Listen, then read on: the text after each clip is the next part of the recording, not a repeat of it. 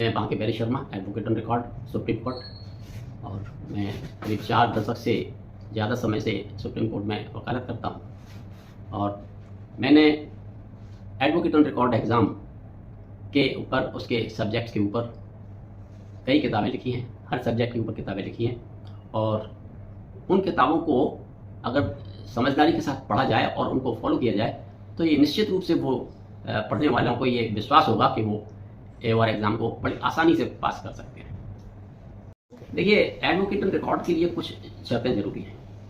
पहली शर्त यह है कि जो भी एडवोकेट ऑन रिकॉर्ड बनना चाहता है उसको कम से कम 4 साल की प्रैक्टिस जरूरी है। हालांकि सुप्रीम कोर्ट का ये महसूस करना है कि 3 साल एडवोकेट को डिस्ट्रिक्ट कोर्ट में काम करना चाहिए, 1 साल हाई कोर्ट में काम करना चाहिए और उसके बाद 1 साल मैंडेटरी ट्रेनिंग किसी एडवोकेट ऑन रिकॉर्ड के साथ शुरू करनी चाहिए। जो एडवोकेट ऑन रिकॉर्ड की प्रैक्टिस कम से कम एज, जैसे एडवोकेट ऑन रिकॉर्ड 10 साल के होते हैं, उनके साथ ट्रेनिंग करना जरूरी है। इस ट्रेनिंग के बाद वो एडवोकेट ऑन रिकॉर्ड एक सर्टिफिकेट देते हैं कि हाँ, इसकी इन एडवोकेट की ट्रेनिंग कंप्लीट हो चुकी है और वो अब इसके लिए एग्जाम में बैठने के लिए उपयुक्त हैं। तो वो कंप्लीशन सर्टिफिकेट दिया जाता है 1 साल के बाद। और 1 साल कैसे माना जाता है, उसके लिए आपको पहले दिन एक लेटर रजिस्ट्रार के लिए लिखना होता है कि मैंने श्री इनके साथ का नाम लेके इनके साथ मैंने अपनी ट्रेनिंग शुरू की है। आज की तारीख से आप इसको अपने रजिस्टर में नोट कर लें और उस दिन से आपकी ट्रेनिंग शुरू मानी जाएगी। और 1 साल बाद वही एडवोकेट ऑन रिकॉर्ड जिन्होंने आपको ट्रेनिंग दी है वो एक कंप्लीशन सर्टिफिकेट देंगे कि आपकी ट्रेनिंग पूरी हो गई है और फिर आपको एग्जाम में बैठने के लिए हकदार हैं, एग्जाम में बैठ सकते हैं, एंटाइटल्ड हैं, एलिजिबल हैं। इसके बाद आप अगर मान लो एग्जाम में बैठते हैं और पास नहीं हो भी पाते हैं किसी भी कारण से, तो आपको दोबारा ट्रेनिंग नहीं करनी होती। वही ट्रेनिंग जो आप कर चुके हैं वही बेसिस बनी रहेगी। इसलिए ट्रेनिंग एक अपनी जगह पे अच्छी, एक अपनी जगह पे ज़रूरत है। इसके बिना आपकी एलिजिबिलिटी, आपकी उपयोगिता एग्ज़ाम के लिए नहीं है। इसलिए ट्रेनिंग के अपने अलग फ़ायदे हैं। अगर आप सिंसियरली ट्रेनिंग करते हैं तो आपका सफ़र काफ़ी कुछ सरल हो जाता है। एग्ज़ाम में आपको काफ़ी कुछ कॉन्फिडेंस पैदा हो जाता है। एडवोकेट ऑन रिकॉर्ड एग्ज़ाम के 4 सब्जेक्ट्स होते हैं। पहला practice and procedure and supreme court rules, दूसरा ड्राफ्टिंग, तीसरा एडवोकेसी एंड प्रोफेशनल एथिक्स और चौथा लीडिंग केसेस। और ये सारे इन सब्जेक्ट में अलग अलग सिलेबस हैं। हर सब्जेक्ट का एक अलग सिलेबस है, लेकिन इनका आपसी जो कंटेंट्स हैं, इसके आपसी जो मटेरियल होता है सिलेबस वगैरह, वो एक दूसरे के साथ कनेक्टेड है। जहाँ लीडिंग केस अगर आप पढ़ते हैं तो वो आपको ड्राफ्टिंग में भी काम आता है, वो आपको प्रैक्टिस एंड प्रोसीजर में भी काम आता है और वही आपको एथिक्स वगैरह के डिसीजंस होते हैं उनमें भी काम आता है। चारों पेपर एक दूसरे से इंटरकनेक्टेड हैं और इसको जानना जरूरी है। और मैंने चारों सब्जेक्ट के ऊपर, हर सब्जेक्ट के ऊपर मैंने ये किताबें भी लिखी हैं। और मैं इसमें क्या कहते हैं, किताबें आप लें, कोई भी ले, आपसे नहीं, जो भी एस्पिरेंट एग्जाम पास करने वाला, वो इनको डिलीजेंटली और शरीफ से, समझदारी से पढ़ें, अंडरस्टैंडिंगली, तो उनको 100% उनको कॉन्फिडेंस आएगा और वो खुद कह सकते हैं कि हाँ, ये किताब इतनी अच्छी है। हालांकि मेरे पास एप्रिसिएशन वर्ड्स बहुत आते हैं, लोगों के बहुत आते हैं। वो कहते हैं जी, इतनी अच्छी किताबें हमने नहीं लिखी जितनी अच्छी किताबें आपने इस विषय पर लिखी हैं। मैंने अपना कैरियर करीब 40-42 साल पहले शुरू किया था और मैं आगरा यूनिवर्सिटी से लॉ ग्रेजुएट किया, लेकिन मैं पहले दिन से सुप्रीम कोर्ट में वकालत शुरू की। और मैंने देखा कि शुरू में वकालत लोअर कोर्ट यानी कि सबऑर्डिनेट कोर्ट से ही शुरू करनी चाहिए, क्योंकि वो एक बेसिक स्टेप है, बेसिक स्टेज है। अगर हम वहाँ से शुरू नहीं करते हैं तो हमें बेसिक चीज़ें समझ में नहीं आएंगी। तो मैंने शुरुआत सुप्रीम कोर्ट में तो की, पहले दिन से की, लेकिन मैं उसके इतना काबिल नहीं हो सकता था, मुझे खुद महसूस हुआ। तो मैंने फिर वहाँ जाके डिस्ट्रिक्ट कोर्ट्स में काम शुरू किया। धीरे धीरे बाकी दिल्ली में और भी कई कोर्ट्स वगैरह में मैंने काम शुरू किया। और उसके बाद 4-5 साल मैंने डिस्ट्रिक्ट कोर्ट में काम करने के बाद, बाकी दूसरे फोरम में भी कहीं काम करने के बाद, सर्विस ट्रिब्यूनल्स वगैरह में, फिर हाई कोर्ट में स्विच ओवर किया।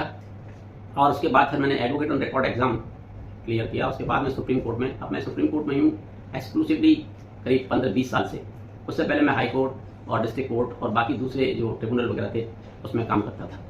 तो जब मैंने AOR के एग्ज़ाम के बारे में सोचा तो मुझे लगा कि इसमें मैं तो लॉ, लेकिन AOR के एग्ज़ाम में उस वक्त अकाउंटेंसी और बुक कीपिंग का एक क्वेश्चन पेपर होता था, हाफ क्वेश्चन पेपर ही होता था, लेकिन वो 50 मार्क्स का होता था, जो मेरी कैपेसिटी से बाहर था। तो मैंने सोचा कि इसके लिए तैयारी कुछ ज़्यादा करनी पड़ेगी। और मैंने उस समय काफ़ी कितनी हज़ारों रुपये की किताबें ली, और इसका कारण ये था कि मैंने ये महसूस किया कि वहाँ जो कॉमर्स ग्रेजुएट भी होते थे वो लोग फेल हो जाया करते थे उसमें। तो मैंने कहा ये बड़ा मुश्किल काम है, लेकिन फिर भी मैंने कोशिश की, किताबें लेके मैं पढ़ा, पूरी तरह से समझा, और उसके बाद मैंने एग्ज़ाम क्लियर किया। और जब एग्ज़ाम क्लियर किया तो चूँकि मैं पहली जनरेशन का वकील था, तो मुझे पता लगा कि ये बहुत तकलीफ वाला काम है इम्तहान पास करना, क्योंकि उस वक्त रिजल्ट भी 8-10% से ज़्यादा नहीं हुआ करता था।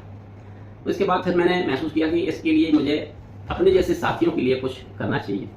तो फिर मैंने सुप्रीम कोर्ट के एग्ज़ाम पर किताबें लिखना शुरू किया, प्रैक्टिस प्रोसीजर पे लिखी, फिर और दूसरे सब्जेक्ट में 4 सब्जेक्ट होते हैं उनके ऊपर लिखी, और धीरे धीरे लोगों ने मुझे पसंद किया।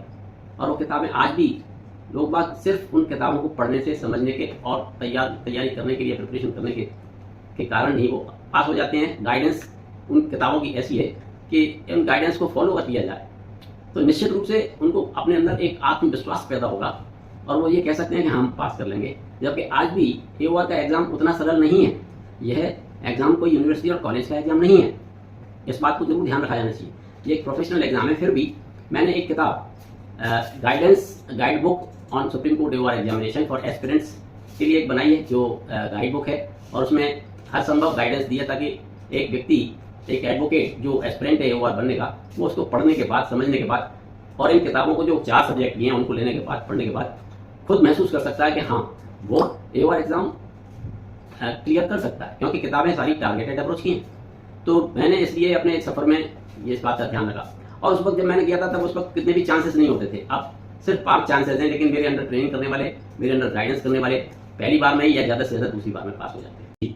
देखिए, यूँ तो वकीलों का अगर देखा जाए तो एक एडवोकेट जो अपना एनरोलमेंट कराने के बाद, लाइसेंस लेने के बाद वकालत कर सकता है, और कुछ एडवोकेट होते हैं उनके लिए AOR एग्जाम पास करने के बाद वो सुप्रीम कोर्ट में फाइलिंग वगैरह कर सकते हैं। बाकी कोई भी एडवोकेट उसमें फाइलिंग और एक्टिंग और परसुएंस नहीं कर पाएगा, क्योंकि सुप्रीम कोर्ट रूल्स इस बात को कहते हैं कि केवल एडवोकेट ऑन रिकॉर्ड ही अपने क्लाइंट के लिए एक्ट करेगा और अपने क्लाइंट के लिए वकालतनामा फाइल करेगा और मुकदमे दाखिल करेगा।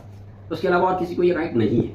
इसलिए एडवोकेट ऑन रिकॉर्ड बाकी वकीलों से थोड़े डिफरेंट होते हैं। और एक कैटेगरी और होती है वो सीनियर एडवोकेट की होती है, जिनको डेजिग्नेट करती है सुपीरियर कोर्ट, चाहे वो हाई कोर्ट हो या वो सुप्रीम कोर्ट हो, वो उनको डेजिग्नेट करती है, और वो भी फाइलिंग वगैरह नहीं कर सकते। वो सिर्फ क्लाइंट, सिर्फ आपके एडवोकेट ऑन रिकॉर्ड या दूसरे सबऑर्डिनेट जो दूसरे एडवोकेट्स होते हैं उनके साथ में, जिनको साथ में रखना पड़ता है, उनके साथ ही बात करते हैं, केस से मुतालिक बात करते हैं। वो क्लाइंट से नहीं मिलते, उनकी कुछ लिमिटेशंस भी होती है। तो इस तरह से एडवोकेट ऑन रिकॉर्ड एक एडवोकेट है जो सिर्फ और सिर्फ सुप्रीम कोर्ट रूल्स के हिसाब से सुप्रीम कोर्ट में इंडिपेंडेंटली, स्वतंत्र रूप से वकालत करने के लिए हकदार है। देखिए, 4 सब्जेक्ट में ये आपके सुप्रीम कोर्ट रूल्स में regulations regarding the AOR examination एक रेगुलेशंस हैं, जिसमें सारा कुछ बताया गया है कि किस तरह से एग्जाम कंडक्ट होता है, कौन कंडक्ट करता है, कितने सब्जेक्ट होते हैं, कितने परसेंटेज मार्क्स की जरूरत है, और कितने बार में आप पास हो सकते हैं, और पास होने के बाद आपका स्टेटस क्या होता है, क्या पास करने के बाद आप एडवोकेट ऑन रिकॉर्ड